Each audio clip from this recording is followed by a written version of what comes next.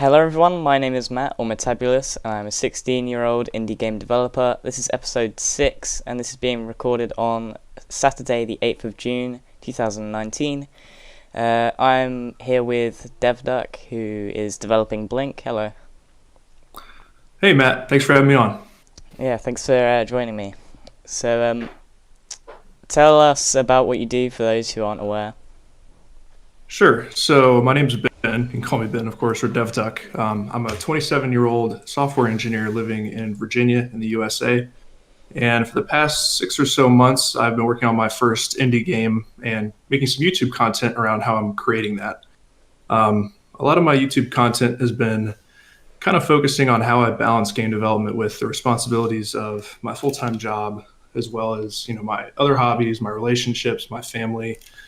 And even though the game's coming along well, what I'm trying to impress upon people is also that you can make time for game development, even if you may not have thought you had the time to do so previously because of all your other hobbies and responsibilities and such. So that's kind of the direction I'm trying to take the content, and it's been coming along well in the past 6 months, I think.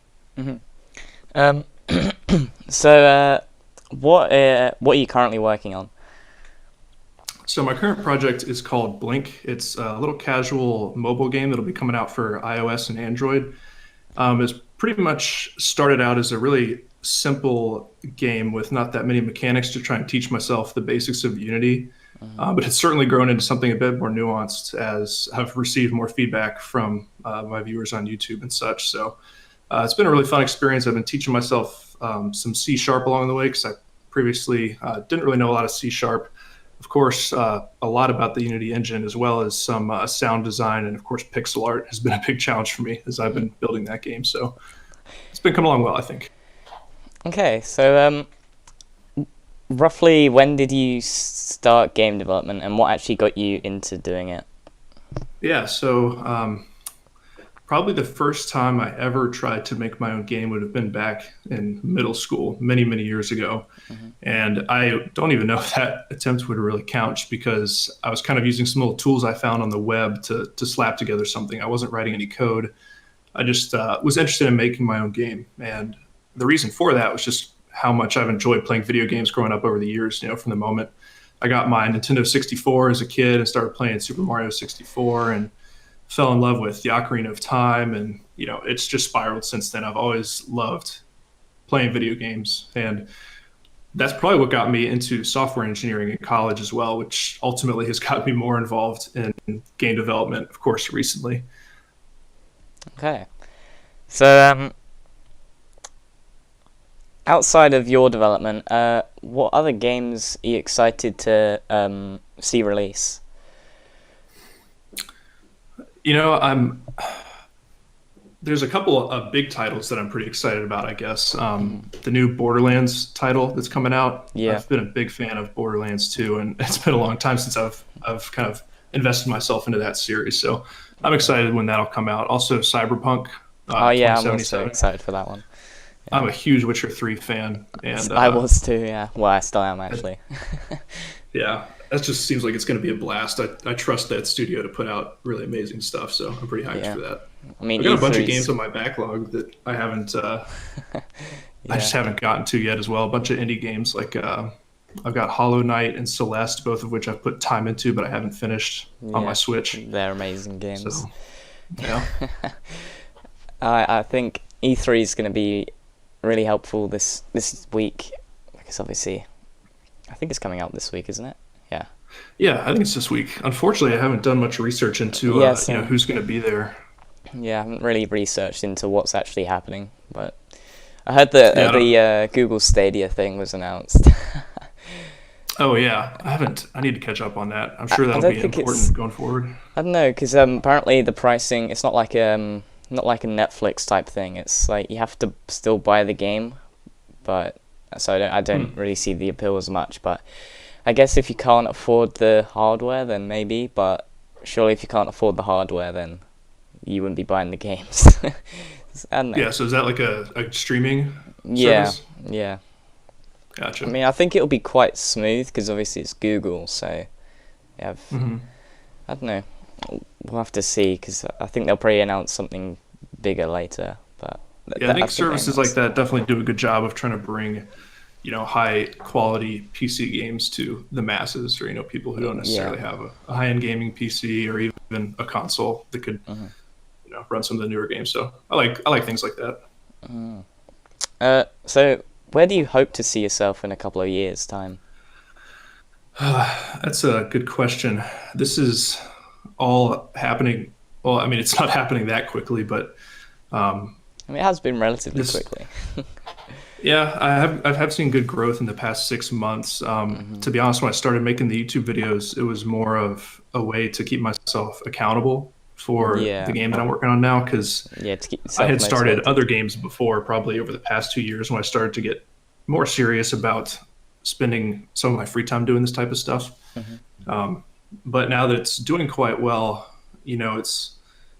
it's certainly growing some hope within me that I can spend more time in my life on this stuff over the coming years. Of course, I don't see myself doing this full time in the next couple of years, just because I'm really not sure what kind of growth I would expect or what success I would expect from Blink or the next games that I plan to work on.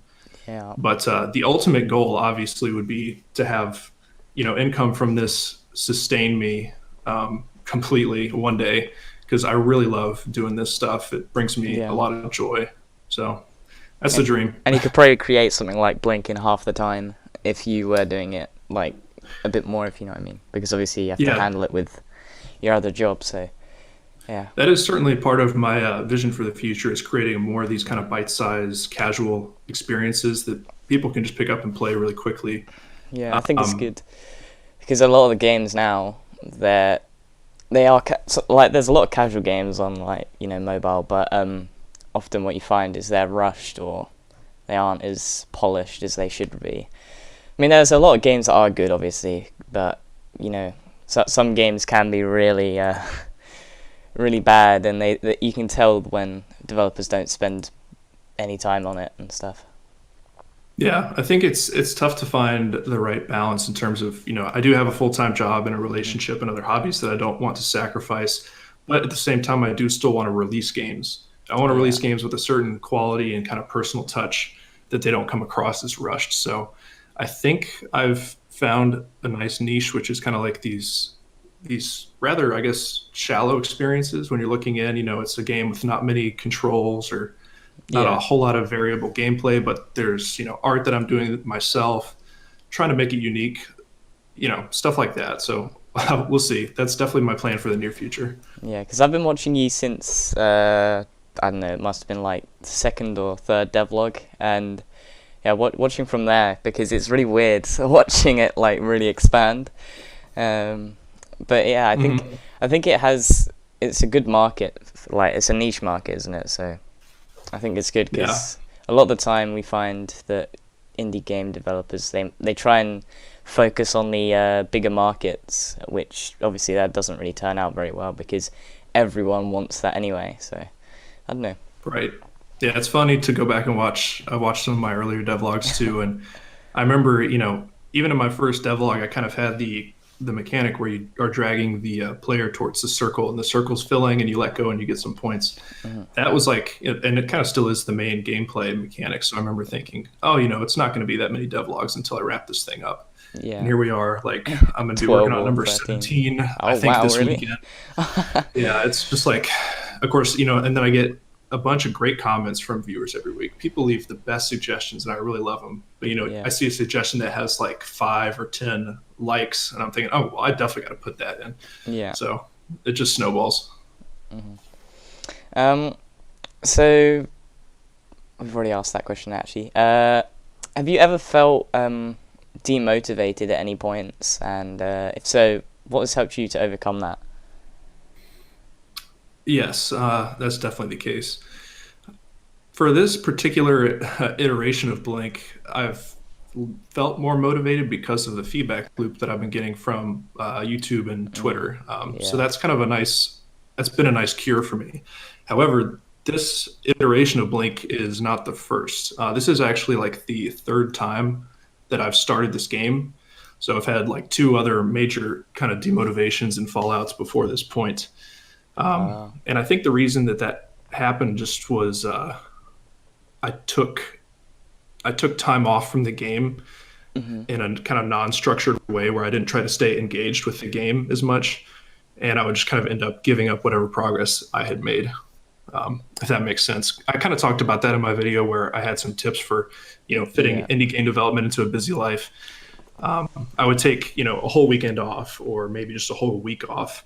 And I just totally lost motivation to come get back into it because I felt so disconnected from the project. And the reason that the whole YouTube and, well, I guess just basically the YouTube thing has solved that for me is because I kind of feel obligated to stay connected with the game, stay connected with this fan base that I'm trying to grow, and keep producing content, keep making progress for people who are now genuinely excited about what I'm releasing. So that's kind of been the cure for me. Yeah. I know that's the YouTube's not the right answer for everyone, obviously, but Yeah. I Some people can't do it. can say that even if you're not, making content or interacting with viewers or just fans or anything, definitely just try to stay mentally engaged with your game. Hmm. Even if it's like you go into, you don't have time to develop or write any code one day, just go into your planning tool and write down an idea or something just to keep you thinking about your game every day. Yeah. As I long as mean, you're connected to it, I think you'll stay motivated. because currently I'm sitting my final exams right now, and uh, basically when I've finished the exams, I've just literally sat there for like 20 minutes because obviously once you finish, there's nothing else to do, and I literally think of ideas, and sadly you can't write them down because obviously then they're like you're cheating, but Yeah. but it's just like thinking then is actually really engaging, because a lot of the exams have been really easy, so just afterwards it's just been like okay, I've finished that, so I'll think of whatever, and that like as soon as I finish the exam, I go on my phone and quickly just add that idea to the Trello board. Usually, it depends what I'm doing, but No, yeah, that's great. I mean, that kind of downtime or idle time in your day is a perfect time to try to just stay mentally engaged with it. So yeah, I'm glad the exams are going well. yeah. Sounds I've good. only got 5 more exams, and that's next week. So, and then I have like an 80-day break, so that's gonna be fun. I do not miss exams. I'll tell you Yeah, yeah. that. But then I'm going to college, so it might be a bit better than school, which is just every subject ever. It was certainly the case for me that college was a far more enjoyable experience than grade school. So Yeah, I'm because guessing you have something to look forward to there. everyone has would have the same sort of aspiration if you go to college, because everyone's wanting to do that course. So Yep. um, so onto skills. What would you say is your weakest skill within game development? Mm. One thing that I've been struggling with, actually, I watched Blackthorn Prod's talk on kind of game development and starting a YouTube channel. Oh yeah, One of I my saw that. one of my weaknesses, and maybe this isn't specific to like programming, but I think one of my weaknesses has been comparing myself to others kind of in this community and in this space. Yeah, I've seen other YouTube channels at one point that I was kind of on the same par with in terms of numbers. They have skyrocketed, right? yeah, And Noah made a great point in that talk about how you need to kind of be careful with how much you obsess about numbers, whether it's yeah, followers or like watch minutes or subscribers or whatever. So that's been something that I've been kind of grappling with as I have been trying to steadily grow. It's easy to lose sight of what I'm really trying to create is a great experience with Blink. I'm not trying to create a huge, fancy YouTube channel. Obviously, that would be great, but I need to focus on the game and the quality and what I'm delivering to the people out there who are genuinely excited about what I'm creating. So yeah. it's just a new thing to kind of think about because I've never really had this kind of engagement on the internet with people before. Yeah, it is weird starting a YouTube channel. I It's been really difficult to make devlogs for me, but I'm trying to. I'm probably going to get back into it after these exams. So hopefully it will go a bit better then. But yeah, I'd say I don't know. Numbers aren't too bad for me. I usually just sort of try to. I don't ignore them, but I try to sort of single them out so I don't focus on them. But Yeah, it's it for is me. There's difficult just been though. a couple occasions where I've uploaded a devlog or I've uploaded a video that I feel really good about, and I'll be sitting there staring at the numbers, for the first, I'll just be checking my phone constantly for the first hour after I post it. Yeah. And if I get a couple thumbs down or something right off the bat, it's like, oh man, what a bummer. Like, I Yeah. shouldn't have even posted that, of course, which is a silly thought, right? Because people end up enjoying it. But yeah, I need to work on that.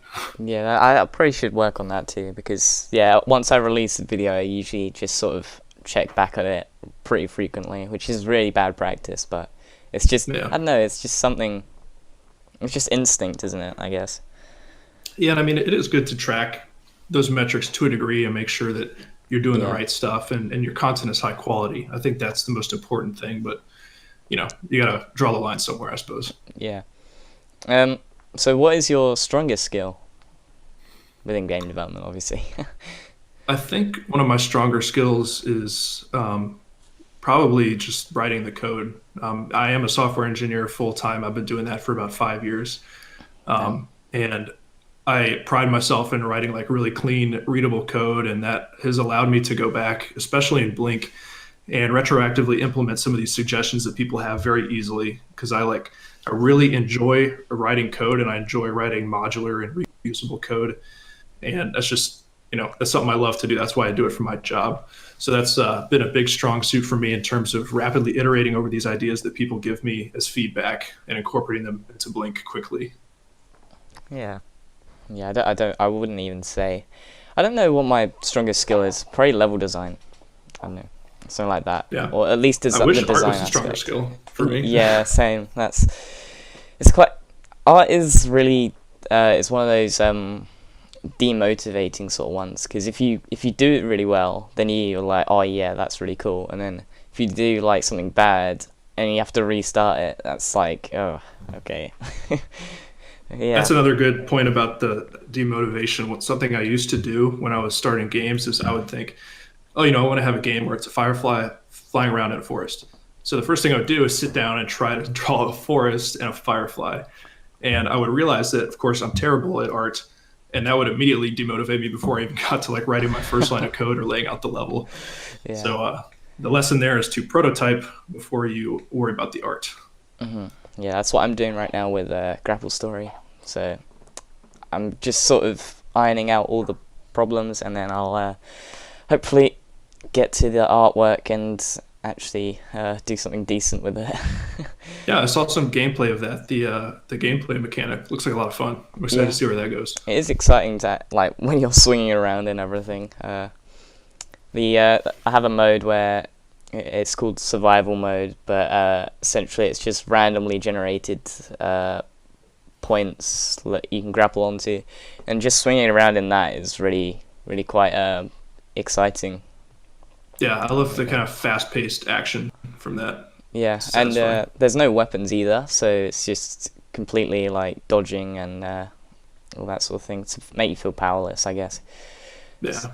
So, what has been the best moment you've had within game development so far?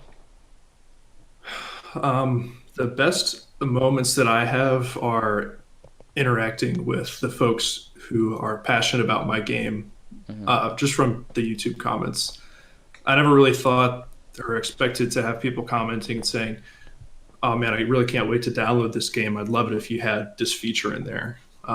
That's kind of a level of feedback that really has started to surprise me, and I really enjoy that interaction with other people who are passionate about playing and making games. That's part of the reason I'm doing all this to begin with. Yeah, So I know that's kind of like an ongoing answer. I really just enjoy that feedback. I don't know if there's one particular moment I could point out. fair enough. Yeah. How have you? How do you think you've marketed your game, and do you think it's been like effective or? So YouTube definitely is the only Yeah. real channel where I'm marketing my game. I guess I have a small Twitter following, but I post, lots of kind of random stuff on there. So I don't know if I could count that. Um, I I think it certainly gets think, the viewers more attached actually with the Twitter page because uh, you do pictures where of just your normal life, and I think that sort of further reinforces your idea that you can fit it in with game development. So I don't know. that's cool to hear. I hadn't thought about it that way. Yeah. But yeah, I think in terms of the channel, the just the growing number of subscribers, the way I look at it is for each subscriber, that's one more person who is, potentially interested in downloading my game, Hmm. which, I have released an app on the App Store before without marketing at all. And of course, only my friends and family downloaded it. So I certainly think I'm doing better than I did last time. I don't really know what else I could do. Of course, I post some videos to Reddit and stuff, but I think it all comes down to the people who are finding my content kind of organically Yeah. on YouTube. Yeah, because 17 devlogs or however many it is, that's quite a substantial amount. So I guess that is, that it builds up a lot of hype, I guess. Yeah, I do put a bunch of time into those videos, so Mhm. I don't know if I really have much time left over to allocate to any other forms of marketing. So Fair enough. just Yeah. gonna stick with that, I think. Yeah, I think it's a good way of marketing your game because it's in a way it's the easiest, but in the way it's the hardest, if you know what I mean. Because obviously the editing side of it, that's time consuming, but at the same time it's easy because you're just saying exactly what you do. So it's Hmm. really easy. Um, so outside of game development, what are your hobbies? You could probably glean from my devlogs. I really like to both climb and cook. Hmm. Yeah. I go climbing like twice a week. I'll be going probably today, not too long after this call. That's just a great way to exercise. I also, like to lift weights, but I find that can get boring if you do it too many times a week. So lifting's been a Yeah. really nice, or climbing's been a really nice breath of fresh air. Hmm. And of course, cooking. I don't know how I got into cooking. Probably watching like Gordon Ramsay videos on YouTube and deciding to actually try one day. Fair enough. But I really love that too. Yeah. Um, and on the other hand, what are your most hated activities Oh, hated activities. or most Meetings disliked? at Yeah. work, maybe. That's a pretty generic answer, but I don't. I guess I don't intentionally have a lot of activities in my life that I like dislike doing. Fair enough. Yeah. Besides, you know, the obvious things like meetings at work. Yeah. I mean, I guess the most hated activities you wouldn't do anyway. So. Doing taxes. I guess I only have to do that once a year, so that's Yeah. probably gonna be way worse this year since I started a business. But let's see how Uh, that goes. yeah. Um. So if you could have a superpower, what do you think it would be?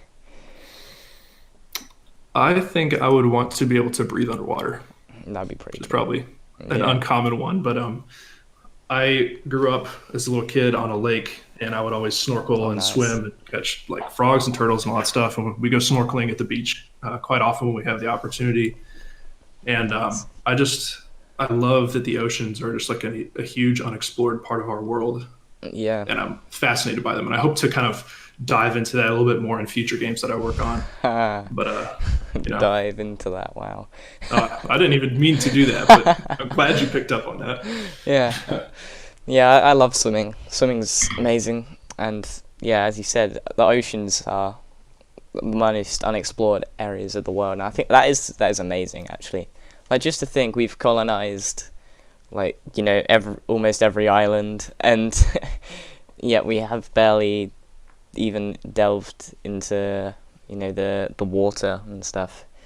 Yeah, Because it's I pretty think they cool. say like I don't know, isn't it like 60% of the ocean isn't even explored or something like that? Which It is is a like, huge number like that. Yeah, it's kind of yeah, staggering. it's amazing. You'd think like with the technology we have, we would have explored quite a lot more, but maybe in the well, maybe in the next few years we'll see something, but we'll see. Yeah, I certainly love to see more, especially in the idea of like preserving the oceans. 'Cause I know we keep polluting them one way or another, so Yeah, be yeah, nice to see that's more effort go into exploration and preservation. In my mind, yeah, because I think if we did explore the oceans, then we would be able to have a better understanding of the effect we're having.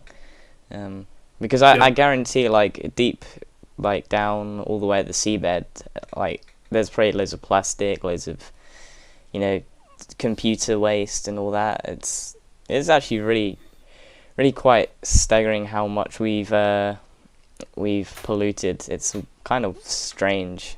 'Cause, yeah. I expect exploring the oceans further would uncover equal parts, beautiful new life and kind of concerning human Yeah. effects, Yeah. unfortunately. So, do you have any tips for people who are starting with game development, or just general tips with game development? Um, yeah, so I guess I'll kind of echo back to the little video I made about trying to make your Hmm. video game development time count.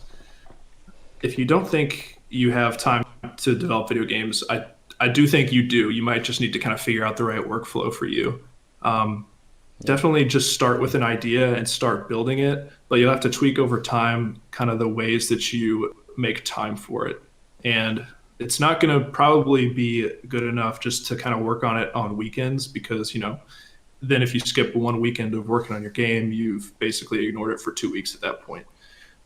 So try to find ways to find a project that you're passionate about, stay engaged with it when you're working on it, when you're not working on it. Um, that's basically just it. I think stay engaged with it and try to make a little bit of progress, even in your idle time when you don't think you'll have time to write any code or anything. Just stay engaged with your project, and that'll help you make progress and stay motivated. Yeah. Um, have you ever encountered an entertaining glitch or bug within Blink or? Within Blink, let me think. Not within Blink, but I did develop. I was playing around. This is totally different than Blink, and it's not really a Hmm. game, but I was playing around with developing for my HTC Vive, the VR headset. Yeah. And most of the time when you encounter a bug in a game or something, a lot of times, it'll just be something 2D flying around the screen, or maybe just even some console output, in red text. It doesn't look good. Yeah. But in my VR game or my VR experience, I created this defect where, my kind of player character, of course, which my head was attached to, would fly up into the air. Oh God. And like that's the kind of defect where you feel it like in your gut. You have never felt a Yeah. defect in my gut like that before.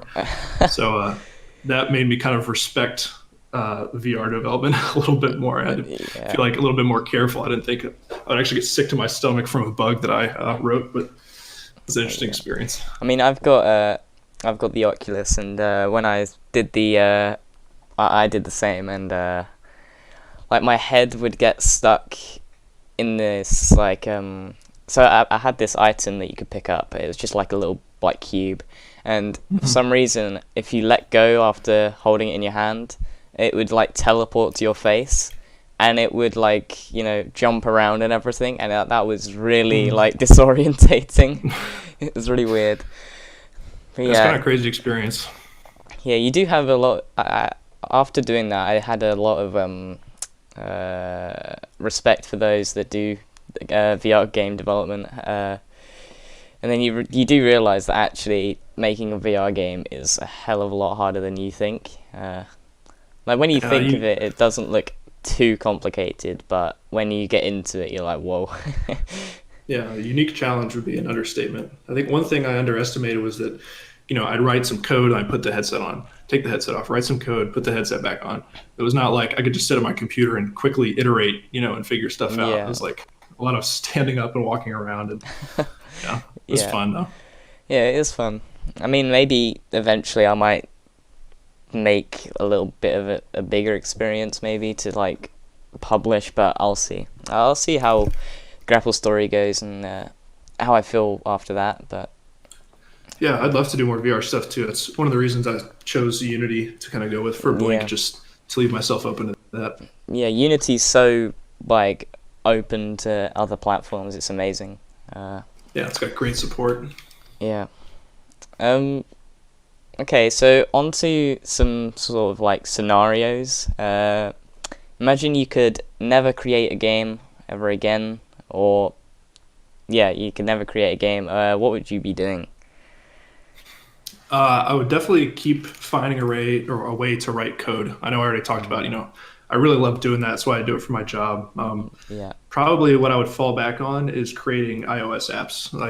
I'm an iOS engineer, more specifically for my job. And, I could get too nerdy here probably, but I really like Swift as the programming language. And I like the kind of environment that Apple tries to create with their devices. Of course, this is a divisive topic to begin with. Some people don't like that Apple creates these expensive devices and has, this kind of environment that they try to create.